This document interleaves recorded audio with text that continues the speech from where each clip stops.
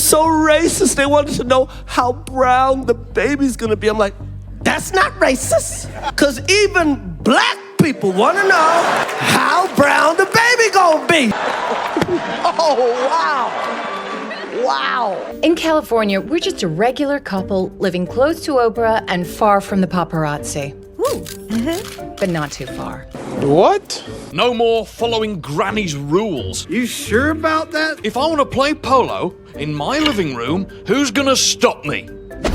Stop that. Right away, Megs. Yeah, they were very worried about their safety, which I get that aspect of things. After 6 episodes, I wanted to attack them. Meghan said that she and Harry actually got married 3 days before the royal wedding. Great, now I feel like a fool for waking up at 5 a.m. to watch 2 married people get married. When Chris Rock took the stage for his Netflix special and aimed at Meghan Markle, it was clear this wasn't just comedy. It wasn't another roast. It was a verdict. To understand how their narrative unraveled, we need to look at 3 things. The takedown by Chris Rock that exposed the fatal flaw in their story, the merciless comedic assault from the entertainment world that followed, and the damning evidence from their own baffling statements. But while many comedians were landing punchlines, one wasn't just going for laughs. He was delivering a philosophical verdict. That comedian was Bill Maher, and his analysis is more revealing than any single joke. It has to be seen to be believed, and we will get to it. But first, we have to start with the takedown that ripped their narrative apart. It all started on Chris Rock's Netflix special, where he went straight for the most unbelievable part of their story, Meghan's claim on Oprah that she was completely ignorant about the royals. Rock treated that claim with total disbelief. Gone on Oprah, I didn't know. I had no idea how racist they were. It's the royal family. You didn't Google these? The audience loved it, but Rock wasn't just making a quick joke. He was setting her up. To show how ridiculous her claim was, he sarcastically pretended to agree with her just to make his point even sharper. What the is she talking about? She didn't know. It's the royal family. They're the original racists. And after exposing the absurdity of her story, Rock used a simple and brutal analogy to hammer his point home, one that everyone could understand. That's like marrying into the Budweiser family and going, they drink a lot. This motherfucker invested in slavery like it was Shark Tank. With her whole I didn't know excuse demolished, Rock moved on to her other big complaint. He argued that what she called racism was actually something far more common and petty. Some of that she went through was not racism. It was just some in-law shit. But his most savage attack was aimed at their single biggest accusation, the explosive topic of the royal family's alleged concern over the baby's skin color. With just one simple observation, he completely neutralized their claim. They wanted to know how brown the baby's gonna be. I'm like, that's not racist. Because even black people want to know. The takedown was brutal and the message was clear. Rock wasn't holding back, but he was just one part of a much bigger comedic assault happening everywhere. Soon it felt like every satirist on the planet was getting in on the action. The attacks came from all over, but the first wave came from British satire, which took merciless aim at their new life in America. I'm here to tell my truth and make a ton of money out of podcasting, as I don't have any discernible talent. The British puppet show Spitting Image also painted Harry as incredibly lazy and out of touch with the real world. Harry, you're such a moderate achiever. How do you stay at the top of the middle of your game? An early start's important, so my butler Perkins gets up at 5 a.m. and does a 10K for me. The show claimed he was still obsessed with the royal status he supposedly left behind. Then when he gets in, he wakes me up and Googles to see if I'm still 5th in line to the throne. 5th in line? Yeah, if Kate and Wills have any more kids, I'll move down another notch. They relentlessly mocked their massive Netflix deal as just a simple money grab. What about television?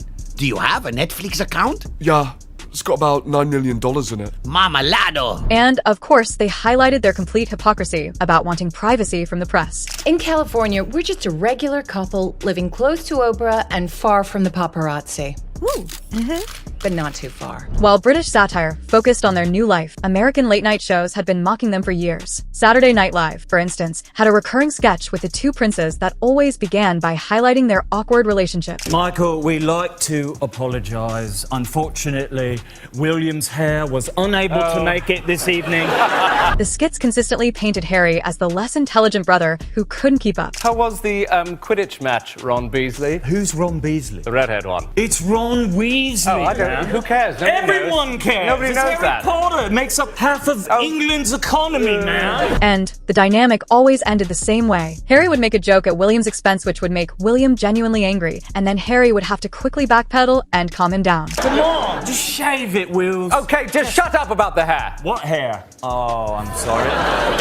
I'm sorry. I made him mad. I love you. The show also created a running gag that Meghan's acting career on the show Suits was unpopular. My brother's fiancée, Miss Meghan Markle, is on the American program Suits. Yes. The only difference between that show and this is people watch this one. They even joked that the show was so boring it could be used as a sleep aid. Whenever the kids are being fussy and not going to bed, she puts on an episode of Suits and they're out. So, What are you doing? Ow! Stop it! This became a common theme across late-night TV, with hosts like Colin Jost famously joking about their declining value. Trade deal with the UK that will reopen British markets for American companies. All that Britain demands in return is that we keep these two. Others like Jimmy Fallon were digging into bizarre moments from her actual Netflix show, with Love Meghan, where she displayed a strange habit that left people baffled. Why does Meghan Markle make her own pretzel bags? They don't know why. That's interesting. She takes it from one bag and puts it in another bag. Another bag. And that confuses people. Fallon also mocked their confusing story about getting married before the actual royal wedding. Meghan said that she and Harry actually got married 3 days before the royal wedding. Great, now I feel like a fool for waking up at 5 a.m. to watch two married people get married. But the mockery got truly bizarre after Harry and Meghan stepped down from their royal duties. The famous London Museum Madame Tussauds removed their wax figures from the royal family display, and Conan O'Brien did a whole segment imagining where they ended up. Now, I was curious what they did with Harry and Meghan's wax figures, so I found a museum employee who's temporarily storing them. He introduced a museum employee who had a very creepy attachment to the figures. Oliver, you have generously offered to keep the wax figures of Harry and Meghan safe. Yeah, that's correct. And if I may, I would just like to say that I'm definitely not using the wax figures for sex stuff. The bit ended on a deeply weird and uncomfortable punchline. They are in a loving home, and I treat them better than the museum ever did. They didn't appreciate Meghan's soft hands or Harry's supple lips. When the mockery moves from professional comedians to online creators, you know the narrative is out of control. Influencers began parodying specific scenes from her with Love Meghan show. For example, in one scene, Mindy Kaling casually calls her Meghan Markle, prompting a very awkward and self-important correction from Meghan about her new name. My name is Megan Sussex now.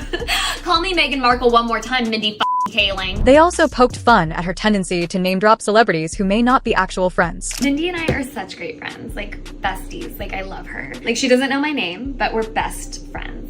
And, of course, they had to parody that same infamous moment from her Netflix lifestyle show, where she rebagged snacks for no apparent reason. Take the snack out of one bag, and then move them into another bag, and then label this new bag. The mockery had saturated every level of entertainment, from puppets to late-night hosts to influencers. But these TV-friendly jabs were nothing compared to what was being said on the stand-up stage. Comedians like Simon Brodkin went straight for the throat, claiming the couple's own Netflix documentary was the very thing that turned him completely against them. Now, I'll be honest with you, before I watched it, I was not a fan of this. But now I've actually heard their side of the story, I hate them. For him, it was the small, self-important details that drove him crazy, like their contrived corporate-sounding nicknames, which felt completely fake and inauthentic. They're making interesting points about racism and misogyny. Then they start calling each other H&M, and I just thought, oh, do off. He was also baffled by how they presented normal royal situations like the curtsy, as if they were some kind of uniquely traumatic event. Harry says, how do you explain to someone who just started dating that they have to curtsy to your own grandmother? How do you explain that you bow to your grandmother and that you will need to curtsy, especially to an American? Like, that's weird. Maybe just tell her that your grandmother is the queen and you're in the royal family. But Brodkin didn't just mock their complaints, he took aim at the very foundation of their relationship, voicing the ultimate taboo thought that many people were thinking. I don't know how to break this to you, H. But if you weren't in the royal family, M wouldn't be with you. And it was Harry's own cringeworthy use of language in his book that gave comedians like Brodkin even more ammunition, making him sound both unrelatable and a little bit silly. Describing this one date with Meghan as the night, let me quote you here, me and M pulled the pin on a fun grenade. I actually started rooting for Prince Andrew. But for Brodkin and for many others, the final straw was hearing multimillionaires complain about having to pay for their own security. It was a complaint that destroyed any lingering sympathy people might have had. Claiming that to pay for their own security, they were not happy about that. Yeah, they were very worried about their safety, which I get that aspect of things. After 6 episodes, I wanted to attack them. The raw emotional takedown from the stand-up world was complete, but the cold intellectual one we promised from Bill Maher is still to come. But first, the final stage of public humiliation had to play out when the cartoonist stepped in to finish the job. And when it comes to cartoon mockery, no show was ever more savage than South Park. The show dedicated an entire episode to them called The Worldwide Privacy Tour, and it started by mercilessly mocking Harry's memoir and his claims of having a hard life. So let me start with you, sir. You've lived a life with the royal family, you've had everything handed to you, but you say your life has been hard, and now you've written all about it in your new book, Where? The cartoon interviewer then turned his attention to Meghan confronting her alleged desire for the very fame she claimed to despise. We just want to be normal people. All this attention is so hard. Isn't it true, sir, that your questionable wife has her own TV show and hangs out with celebrities and does fashion magazines? The show portrays the prince as being completely oblivious to this hypocrisy, jumping to the defense of his Instagram-loving wife in a way that only makes him look more foolish. What are you suggesting? Well, I just think some people might say that your Instagram-loving wife actually doesn't want her privacy. How dare you, sir? My Instagram-loving wife has always wanted her privacy! This all builds to the episode's most iconic and brutal visual gag, the couple flying around the world on a private jet loudly demanding privacy through megaphones, a scene that perfectly captured the public's view of them. To hell with Canada! We are leaving! We'll go find some quiet place where we can be normal people! Come on, wife!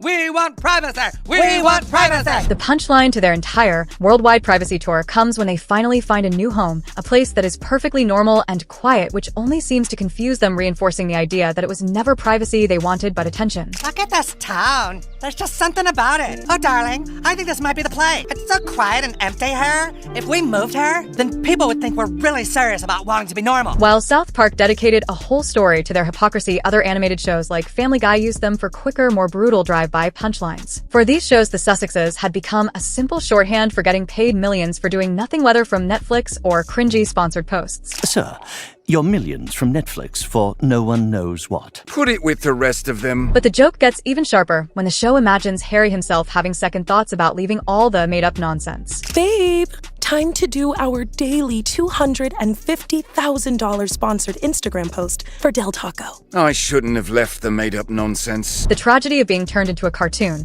is that the caricature can become the reality. But as brutal as these animated takedowns were, they were just reflecting the source material. And that brings us at last to the final verdict we promised from Bill Maher. And what made Maher's take so different is that this comedian wasn't just going for laughs. He was delivering a philosophical judgment. He didn't focus on specific missteps, but went straight for the central flaw in their entire public strategy, their hypocritical desire to have it both ways. They're ridiculous after that. They want it both ways. You know, you can't be, these people were so mean to us, poor us, and we don't want all this attention, and then let me write a book about how much we don't want attention. He then contrasted their constant complaining with the stoic philosophy of the one person who truly understood the pressures of royal life, the late Queen Elizabeth. You're just fragile. Just take a hint from the Queen, the recently departed. Never complain, never explain, and rarely be heard speaking in public. For Maher, this was the great disconnect, the spectacle of incredibly privileged people demanding sympathy for a life most people could only dream of. You're complaining about your hard life, and you're so privileged. It's just so weird. It's ridiculous. I totally agree. And finally, he identified what might be the most annoying part of their entire project, the arrogant insistence that the rest of the world must play along with their personal drama and their fragile worldview. And I will not bend the knee and just go along with the nonsense. That's what's so annoying about them. The most of all, they insist that you go along with their nonsense and their insanity and their fragility. And that right there is the entire problem. Bill Maher's verdict wasn't just about a few bad interviews or a failed Netflix deal. It was a diagnosis of a completely broken philosophy. So, when you strip everything else away, this story was never really about Chris Rock or a single Netflix special. It's a modern, brutal cautionary tale about authenticity in the digital age. It's a lesson, written in real time, that you cannot declare war on the media while desperately chasing its spotlight, and you cannot preach a story of hardship from a life of extreme and undeniable privilege. The contradictions eventually become too massive to ignore. And when that happens, the court of public opinion, with its comedians comedians acting as the modern-day court jesters will always deliver the verdict. The laughter you've heard throughout all of these clips isn't the cause of their problems. It is merely the symptom. It is the unmistakable sound of a story that people no longer believe. Which brings us to the final, unavoidable question. After all the strategic missteps, the public ridicule, and the self-inflicted wounds, is there any move Harry and Meghan can make to actually recover? Or is their brand now permanently and irreversibly defined by the punchlines? Make sure to let us know your thoughts in the comments down below.